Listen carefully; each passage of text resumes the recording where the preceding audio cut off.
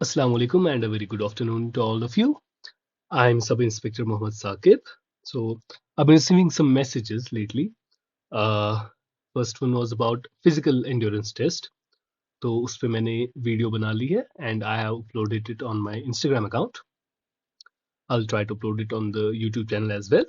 So the second query which I saw the aspirants were asking about, it was how the selection list is finally formed because constable exam JKPS exam एक तो categories का रहता है, तो जो नए candidates हैं उनको नहीं पता होता कि कैसे डिस्ट्रीब्यूशन हो जाएगी सीट्स में। एंड इसमें क्योंकि हॉरिजॉन्टल रिजर्वेशन का भी इशू आ जाता है लास्ट पे, तो वो हॉरिजॉन्टल रिजर्वेशन कैसे डिस्ट्रीब्यूट हो जाएगी वो भी हम इस वीडियो में समझने की कोशिश करेंगे, सो दैट फाइनली कोई ऐसी ऐसा कोई कंफ्यूजन ना रहे जिससे फिर कैंडिडेट्स को ऐसा लगता है कि कोई गलत काम हुआ है सिलेक्शन लिस्ट बनाते हुए, एंड फिर उस टाइम पे कैंडिडेट्स पैनिक में आ जाते हैं। सो लेट्स सी हम कितना इसको एक्सप्लेन कर सकते हैं। So without wasting the time let's start. ये जो एग्जांपल मैं ले रहा हूँ ये टोटली हाइपोथेटिकल एग्जांपल है and it's a note that ये एग्जांपल का रियल लाइफ सिनेरियो में रियल नोटिफिकेशंस के साथ कोई भी डायरेक्ट वास्ता नहीं है। कोई भी नोटिफिकेशन नहीं है जिसमें इतनी सीट्स, ये कैटेगरीज, ये रिजर्वेशन या ये हॉरिजॉन्टल रिजर्वेशन का कॉन्सेप्ट है। ये मैंने ले रखा है सो दैट मेरी कैलकुलेशंस इजी हो जाए, ठीक है ना। Only reason for this example is to make the calculations easy so that जल्दी से हम ये चीज समझ सके, सारा प्रोसेस समझ सके, फिर अपने एग्जाम के हिसाब से आप लोग अपनी कैलकुलेशंस कर सकते हो। So starting with predominantly constable and GKPS exam जिसमें फिजिकल एंड्योरेंस टेस्ट भी होता है। तो अगर टोटल सीट्स हमारे पास 200 है और कंसिडरिंग 10-10% डिस्ट्रीब्यूशन हो चुकी है अमंग 5 कैटेगरीज, तो 20-20 सीट्स रिजर्व हो जाएंगी for these respective categories. Now you got to understand what the sorry for my running nose. I'm not feeling well lately, so I might bother you all along the lecture with this. So तो 20-20 seats respective categories में reserve हो जाएंगी and then we have another section that is open merit, ठीक है। तो open merit में 100 seats रह जाएंगी, ठीक। तो कंसिडरिंग ऐसा कुछ रखा हुआ है मैंने इस एग्जाम्पल में कि इनको 50% मिल रहा है और इस सबको कलेक्टिवली 50% मिल रहा है, सो 10-10% इन 5 कैटेगरीज में डिस्ट्रीब्यूटेड है। Good, very good. Now see, look at this. Oh sorry, okay, now look at this. अब अगर हमारे एग्जाम की बात करें, पीएसआई या कांस्टेबल एग्जाम, अगर 100 सीट्स ओपन मेरिट में फाइनली है तो 1:6, मतलब ये 600 बच्चों को पीईटी फिजिकल एंड्योरेंस टेस्ट के लिए बुला लेते हैं, ठीक है ना। सिमिलरली हर एक कैटेगरी से ये 6 टाइम्स, तो 120 यहाँ से बुलाएंगे, 120 ईच यहाँ से बुला लेंगे for physical endurance test. Now see, जो रैंक लिस्ट आपका है रिटन एग्जाम का, ठीक है ना, तो जो रिटन एग्जाम का रैंक लिस्ट आया कांस्टेबल का रिसेंटली, तो एग्जाम्पल जैसे कांस्टेबल का, ठीक है, तो ये रैंक लिस्ट है। तो ऑब्वियसली हमारी एग्जाम्पल के हिसाब से up to 600th rank up to 600th rank open merit में कैंडिडेट्स को बुलाया जाएगा। ओपन मेरिट में कैंडिडेट्स को बुलाया जाएगा। Now now one thing to be noted, open merit कोई रिजर्व्ड कैटेगरी नहीं है। So if it's not reserved that means it's open, it's general, it's open to all and it's open on what basis, it's open on merit basis. So कोई भी candidate जिसने किसी भी category का form भरा होगा, कोई कैंडिडेट थ्रू आरबीए फॉर्म भर चुका होगा, कोई थ्रू ओबीसी, कोई थ्रू एससी, कोई थ्रू एसटी, जो भी कैटेगरी अवेलेबल है उसके थ्रू अगर किसी कैंडिडेट ने फॉर्म भरा है लेकिन उसके पॉइंट्स ऐसे है wholly and solely on the basis of points वो टॉप 600 में आ रहा है या आ रही है, तो इस टाइम पे वो कंसिडर किया जाएगा ओपन मेरिट, लेकिन उसकी कैटेगरी भी वो वहां पे लिख के रखेंगे, ठीक है ना। तो ये मान लो अब ये आरबीए कैटेगरी से इसने फॉर्म भरा था लेकिन ओपन मेरिट में ये टॉप 600 में अभी है। Fine, perfect. नाउ यूजुअली क्योंकि लेने इन 600 में से हमें 100 ही है, तो पहले ऐसा होता था कि बहुत सारे बच्चे फिजिकल एंड्योरेंस टेस्ट में ड्रॉप हो जाते थे। अब ऐसा ज़्यादा नहीं होता, कंसिडरिंग कि अब बच्चे बहुत प्रैक्टिस करते हैं, बहुत एंथुजियास्टिक और बहुत मोटिवेशन के साथ प्रैक्टिस करते हैं। सो उस चक्कर में अच्छा खासा रेशियो रहता है। I would say like safe, अगर 100 सीट्स है हमारे पास टोटल, तो up to 180 190 rank, 190th rank जो है, 190th रैंक तक एक सेफ स्कोर है। तो क्योंकि इसके ऊपर 45 to 48% स्टूडेंट्स ड्रॉप भी हो जाएंगे फिजिकल एंड्योरेंस टेस्ट में, and eventually in top 190 students में से it can go up to 220 also, it may be 180 only, I'm giving a rough idea. So इस इन इतने बच्चों में से फाइनली 100 बच्चे, ध्यान से, इतने बच्चों में से फाइनली 100 बच्चे ओपन मेरिट के अंदर फाइनल सिलेक्शन लिस्ट में आ जाएंगे। Perfect. What about these?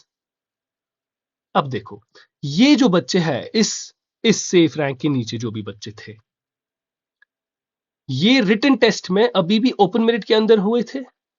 Written test वाले रिजल्ट में, लिस्ट में, देवर टॉप 600 में, तो ये ओपन मेरिट की ही अंडर थे। बट इनमें से भी कुछ होंगे जिसने कैटेगरी में फॉर्म भरा होगा। मान लो इनमें से कोई है जो आरबीए का था, अगर उसने, इसमें से जो था, उसने अगर फिजिकल एंड्योरेंस टेस्ट क्वालिफाई किया, तो ऑब्वियसली वो कैंडिडेट अब आरबीए वाली सीट से भी एंटर कर सकता है। भी क्या, इस टाइम आरबीए सीट से ही एंटर कर सकता है। I hope I made myself clear here. Okay, तो बात समझ आ गई। तो इसमें भी अगर कुछ बच्चे होंगे, फॉर एग्जाम्पल कोई बच्चा है ए, है तो ये ओपन मेरिट वाले सेक्शन में, बट उसने फॉर्म भरा था थ्रू आरबीए, तो मान लो इसकी रैंक है 192, तो 192 रैंक पे है पर्सन ए, आरबीए। अब 190th रैंक पे ही हो गया था फिजिकल एंड्योरेंस टेस्ट से ओपन मेरिट का कट ऑफ फाइनल्स के लिए डिक्लेयर, बट 192 रैंक पे रह के आरबीए वाली सीट इसको मिल जाएगी, एंड ये बंदा अंदर चला जाएगा in RBA list. I hope I made myself clear. ऐसे ही तो मतलब जो भी कैटेगरी वाले बंदे इसमें होंगे, obviously they are safer than जो असली कैटेगरी के बंदे नीचे है। मान लो इसके बाद अगर आरबीए की लिस्ट है फॉर फिजिकल एंड्योरेंस टेस्ट, तो जो यहाँ पे आरबीए का रैंक 1 होगा, यहाँ पे जो आरबीए का रैंक 1 होगा यहाँ पे, ठीक, तो उसके पॉइंट्स क्योंकि इस वाले आरबीए से कम है, जो हमारा जनरल मेरिट लिस्ट पहले आया था, मैं और एक बार बना लेता हूं, ये मेरी 600th रैंक हमारी एग्जांपल की, ठीक है ना। तो मान लो आरबीए का एक बंदा है 601 रैंक पे, बंदे का नाम है बी, आरबीए, ये हमारी आरबीए, और इसके पॉइंट्स एग्जाम्पल, ठीक है ना, 98। और ऊपर था हमारा बंदा जो कि 600 रैंक के ऊपर था, मतलब वो फिजिकल एंड्योरेंस टेस्ट के लिए एज ओपन मेरिट कैंडिडेट था अवेलेबल, तो वो मान लो वो था 166 नहीं सॉरी 540th रैंक पे, ठीक है ना। तो कैंडिडेट ए था उसका नाम, तो भरा तो उसने फॉर्म आरबीए से है, ऑल्दो वो ओपन मेरिट से फिजिकल एंड्योरेंस टेस्ट में गया था, ठीक है ना, क्योंकि वो टॉप 600 में था उसका, और उसके पॉइंट्स 101 थे। तो क्लियरली आरबीए की लिस्ट में, क्योंकि ओपन मेरिट का कट ऑफ 190 पे हुआ था हमारा रैंक, तो जो आरबीए की लिस्ट बनेगी, सिलेक्शन लिस्ट आरबीए, उसमें ऑब्वियसली रैंक 1 पे ये बंदा होगा ए, तो ये वाला तब नहीं, तो ये इवेंचुअली अपनी रैंक, अपने पॉइंट्स के हिसाब से अपनी रैंक डिसाइड कर लेगा। तो गुड, तो ऐसे बन जाएगी हमारी फाइनल सिलेक्शन लिस्ट, ऐसे बन जाएगी हमारी फाइनल सिलेक्शन लिस्ट। ध्यान रखना है इस बात का बहुत अच्छे से। आई होप आपको ये वाली एग्जांपल समझ आएगा, नहीं रिवाइंड करके दोबारा से समझ लेना कि जिनको भी फिजिकल एंड्योरेंस टेस्ट के लिए बुलाया गया, क्योंकि वो 6 टाइम ज्यादा बुलाए गए हैं, तो ऑल्दो अगर ऊपर वाले ही कैंडिडेट्स भी निकाल ले, ओपन मेरिट में अगर ऊपर कोई कैटेगरी का बंदा है जो फिजिकल एंड्योरेंस टेस्ट निकाल चुका है, ठीक, यहाँ पे फॉर एग्जांपल 192 रैंक हमारा हो गया, या इवन 600 रैंक पे कहीं पे भी, तो वो ऑब्वियसली कैटेगरी की सीट लेगा, क्योंकि वो एक्चुअल कैटेगरी का ही बंदा है। अब अपने मेरिट के बेस पे उसको मार्क्स अच्छे आए हुए थे। हाँ, अब हो सकता है कोई बंदा यहां पे हो, बंदा ई, ये भी मान लो ईडब्ल्यूएस है, आरबीए है, कुछ भी है, ठीक है, ये भी ईडब्ल्यूएस था, लेकिन एक तो ये रिटन एग्जाम में भी मेरिट में ऊपर है काफी, मान लो इसके 110 पॉइंट्स, रिटन एग्जाम में भी मेरिट में काफी ऊपर है, वेरी गुड। और इसने जब फिजिकल एंडोरेंस टेस्ट निकाला, ये फाइनल सिलेक्शन लिस्ट के लिए भी मेरिट में ऊपर ही रहा, टॉप 100 में रहा, क्योंकि हमें 100 बच्चे लेने थे। तो फिजिकल एंडोरेंस टेस्ट के बाद जो क्वालिफायर्स की फाइनल लिस्ट बनी, उसमें भी ये टॉप 100 में ही आया। तो ये बंदा अब ऑक्यूपाई नहीं करेगा ईडब्ल्यूएस सीट, अब ये बंदा ऑक्यूपाई करेगा ओपन मेरिट सीट। यहां तक बात क्लियर? यहां तक बात क्लियर? Very good, perfect. तो हमें ऐसे है, पहले हमारे पास रिटन रिजल्ट है, उसमें हमें हमारी एग्जांपल के हिसाब से 600 रैंक तक ओपन मेरिट है, फिर और 120 तो मतलब 720 रैंक तक है आरबीए, फिर जो भी हमारी नेक्स्ट कैटेगरी है ऐसी 120 ऐड करके ऐसे हमारे पास। फिर हमें क्या है नेक्स्ट स्टेप, ये 600 में से ओपन मेरिट में अब मुझे सिर्फ टॉप 100 चाहिए ओपन मेरिट। और ये टॉप 100 कौन टॉप 100 है? इन 600 में से जिन टॉप 100 ने फिजिकल एंडोरेंस टेस्ट क्वालिफाई किया। When I say top 100 I mean जो physical endurance test PET qualify करने के बाद अपने पॉइंट्स के हिसाब से दोबारा rank wise categorize, rank wise sequence में आ जाएंगे। तो जो 100th रैंक तक का बंदा होगा हिल बी इन दिस वाला। और ध्यान रखना ये भी अभी फाइनल सिलेक्शन लिस्ट नहीं है, ये है लिस्ट आफ्टर पीईटी, पीईटी के बाद वाली लिस्ट। तो 100 एंड सिमिलरली 120, सॉरी हाँ 20 है, 120 फिर 140, ऐसी ऐसी जाके हमें लास्ट 200 रैंक वाला बंदा आ जाएगा डिपेंडिंग ऑन कैटेगरीज। और इसमें क्या होगा, जो ये 100 से लेके यहाँ पे, ध्यान रखो दोबारा, यहाँ पे 100 से लेके 120 तक जो ये 20 बंदे हैं, ये 20 बंदे कौन से, किसी कैटेगरी के, मान लो आरबीए वाले, इसमें सिर्फ इस वाले सेक्शन से नहीं जाएंगे, ठीक है ना, ये ध्यान रखना है, यहां पे ध्यान, ये वाला सेक्शन सिर्फ नहीं जा रहा। I change the colour so that अच्छे से समझ आ जाए। सिर्फ ये वाला सेक्शन नहीं जा रहा सिर्फ, इवन अगर ऊपर इस वाले सेक्शन में भी कुछ आरबीए से है और फिजिकल एंडोरेंस टेस्ट क्वालिफाई किया और रैंक 100 से नीचे है, मैंने से नीचे आई मीन ऊपर, मतलब 100 से लेके 600 के बीच में अगर उनकी रैंक है, तो वो भी इसमें एंटर हो जाएंगे। सिमिलरली अगर इसमें कोई और भी कैटेगरी है, ईडब्ल्यूएस या कुछ और है, वो भी अकॉर्डिंगली अपनी अपनी कैटेगरी में सीट्स फिल कर लेंगे। तो इससे हमें बन जाएगा हमारा पीईटी के बाद वाला लिस्ट। ओके गुड, अब हम देखते हैं हमारी पीईटी के बाद वाला लिस्ट। अब देख लो,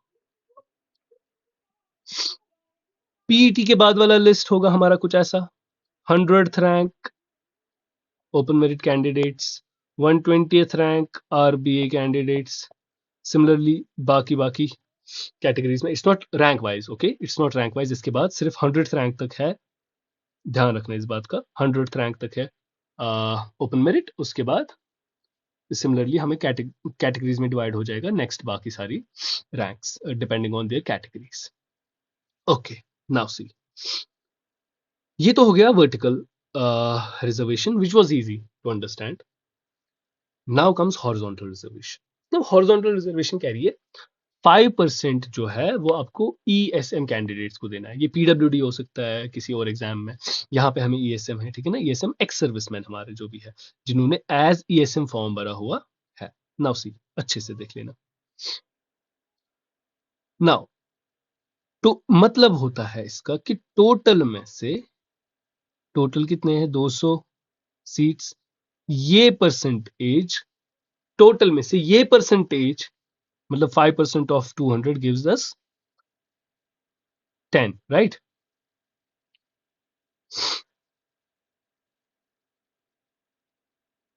तो 10 सीट्स, तो 10 सीट्स जो है वो रिजर्व्ड है फॉर ESM कैंडिडेट्स। परफेक्ट। तो कह रहे आपकी जो फाइनल सिलेक्शन लिस्ट होगी उसमें 10 सीट्स ESM को मिलने ही मिलने चाहिए। Very good, very good, very good. Now see, ideally इसकी डिस्ट्रीब्यूशन कुछ ऐसे की जाती है। आइडियली इसकी डिस्ट्रीब्यूशन कुछ ऐसे की जाती है कि चलो सारी कैटेगरी से देखते हैं कि हम कैसे निकालेंगे ESM।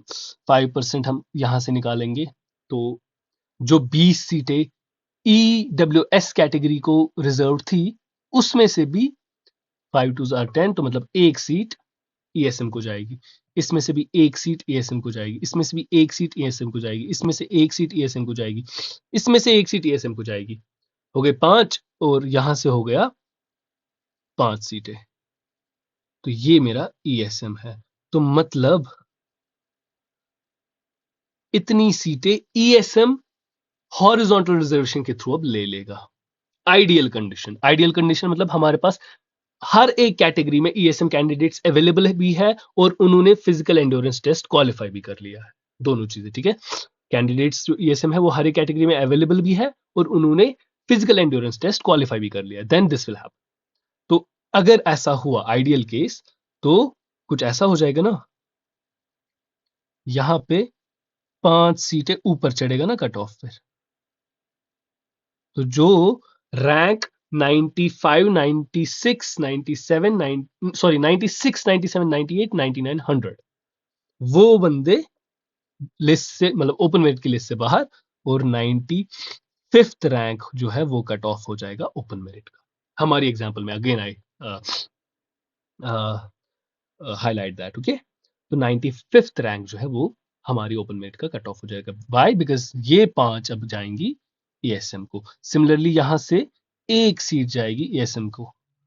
तो 20 कैंडिडेट जो RBA की सीक्वेंस में थे उसमें से जो 20th था he'll be आउट, और 19 ही कैंडिडेट्स इन हो जाएंगे। Ideal condition, perfect, very good. But what if EWS में ओवरऑल हमारे पास कोई ESM है ही नहीं, या था लेकिन उसने फिजिकल एंड्योरेंस टेस्ट क्वालिफाई नहीं किया। तो मतलब अब ESM में कोई नहीं, अब EWS में कोई ESM नहीं है, या OBC में भी कोई ESM नहीं है। इस हिसाब से तो फिर भी ओपन मेरिट से 5 जाने चाहिए, यहां से एक, यहां से एक, यहां से एक, तो टोटल में 7 ही सीटें जानी चाहिए, राइट। और ये जो सीटें खाली हुई ये इसी कैटेगरी को मिलनी चाहिए, right. But it seems so it doesn't happen. What happens is, अगर किसी कैटेगरी, मैंने इसे कैटेगरी आई मीन ये RBA, OBC, SC, ST, EWS, ठीक है ना, रिजर्व कैटेगरी में ESM कैंडिडेट अवेलेबल नहीं है, फाइनल सिलेक्शन लिस्ट के लिए अवेलेबल नहीं है, तो वो सीट वहां से खाली होके उसी कैटेगरी के बंदे को मिलेगी, पहली बात।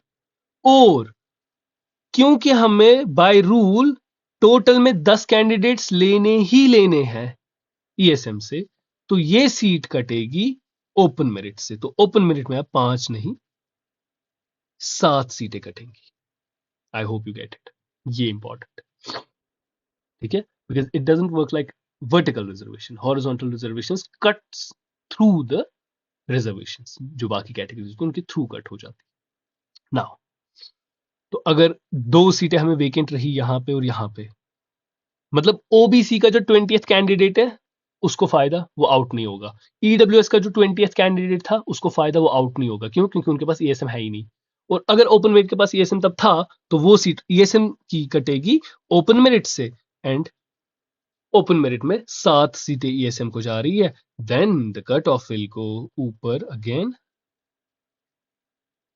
तो 7 ले रहे हैं ये, तो 93 पे हो जाएगा, 93rd रैंक पे हो जाएगा ओपन मेरिट का cut off. I hope you get it कि ESM या हमारी हॉरिजॉन्टल रिजर्वेशन जो है वो कैसे अप्लाई की जाती है। सो हमने केसेस आई थिंक सारे क्लियर कर लिए। So I hope the information was useful, and इसमें अगर कहीं पे भी कोई डाउट रहा तो please feel free to ask. And again I repeat, सारी की सारी एग्जांपल्स जो हमने कोट की, यूज की, वर हाइपोथेटिकल, और उनका कोई भी वास्ता नहीं था रियल लाइफ एग्जांपल्स या नोटिफिकेशंस के साथ. And I use these examples so that calculations easy हो जाए. So all the best. Do watch the physical endurance test video on Instagram. I'll be uploading the link in the bio. Take care.